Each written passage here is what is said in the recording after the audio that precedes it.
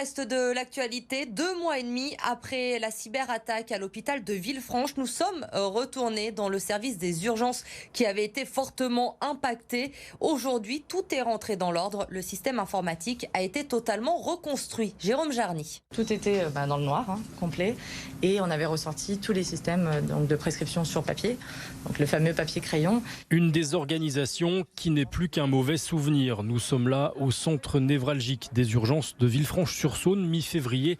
L'hôpital était la cible d'une cyberattaque d'ampleur inédite. On n'était pas en mesure d'absorber le même flux que d'habitude, donc les patients ont été réorientés d'emblée vers les hôpitaux voisins.